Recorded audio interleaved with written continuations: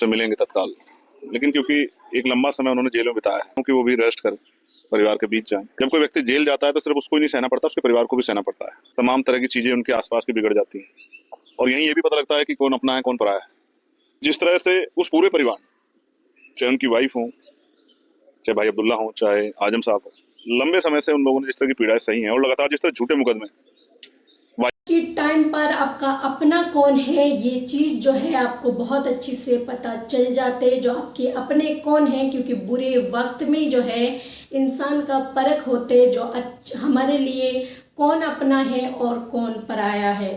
तो बता दें आजम खान 23 महीने बाद जेल से बाहर आए 23 सितंबर को, जिसके चलते समाजवादी पार्टी की कुछ कार्यकर्ता भी जो है सीतापुर जेल के बाहर गेट पर उनको खड़े होते हुए दिखाई दी, जो आजम खान के लिए वो उनकी स्वागत के लिए बेसब्री से इंतज़ार कर रहे थे। तो कुछ आजम खान के समर्थक वाले भी वहाँ पर देखने को मिला। आजम खान से पूछा गया तो उन्होंने कहा है जो पहले अपनी तबीयत ठीक करेंगे, इलाज करेंगे और फिर सोचेंगे जो क्या करना है। हालांकि वो जब जेल में थी तो तरह तरह की खबरें जो है बहुत सारी निकल कर सामने आई, अफवाह भी फैले। खास कर अखिलेश यादव भी जो है कल बहुत ज़्यादा एक्टिव रहे सोशल मीडिया पर, लगातार उनके बयानें जो है सामने आई।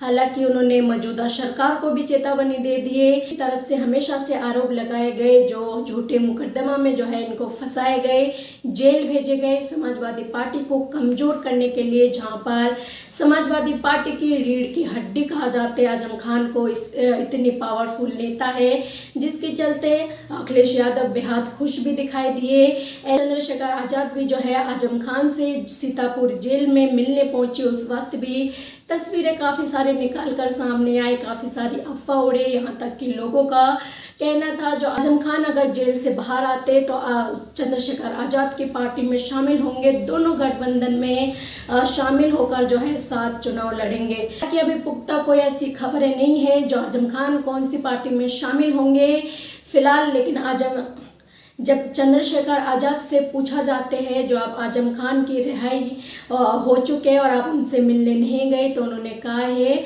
जो उनको सबसे ज़्यादा जो है अपने परिवार के साथ वक्त बितानी चाहिए। जेल में रहकर जो है इंसान की सब कुछ बिखर जाते हैं, यहाँ तक कि उस टाइम का जो है आपको अपना और पराई का भी पता चलते हैं।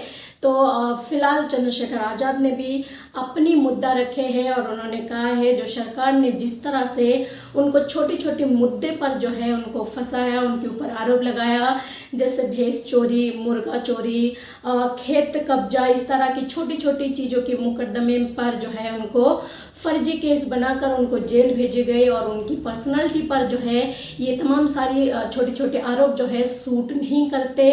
चंद्रशेखर आजाद ने भी और क्या कुछ कहा है, एक बार उनके बयान सुने। से मिलेंगे तत्काल, लेकिन क्योंकि एक लंबा समय उन्होंने जेल में बिताया है, क्योंकि वो भी रेस्ट कर परिवार के बीच जाएं। जब कोई व्यक्ति जेल जाता है तो सिर्फ उसको ही नहीं सहना पड़ता, उसके परिवार को भी सहना पड़ता है। तमाम तरह की चीजें उनके आसपास की बिगड़ जाती हैं और यहीं ये भी पता लगता है कि कौन अपना है कौन पराया है। जिस तरह से उस पूरे परिवार, चाहे उनकी वाइफ हो, चाहे भाई अब्दुल्ला हो, चाहे आजम साहब हो, लंबे समय से उन लोगों ने जिस तरह की पीड़ाएं सही हैं और लगातार जिस तरह झूठे मुकदमे, वाहियात मुकदमे कहूंगा मैं इनको, बकरी, किताब, मुर्गी, भैंस चोरी के इल्जाम, ये उनके कद को भी सूट नहीं करता है।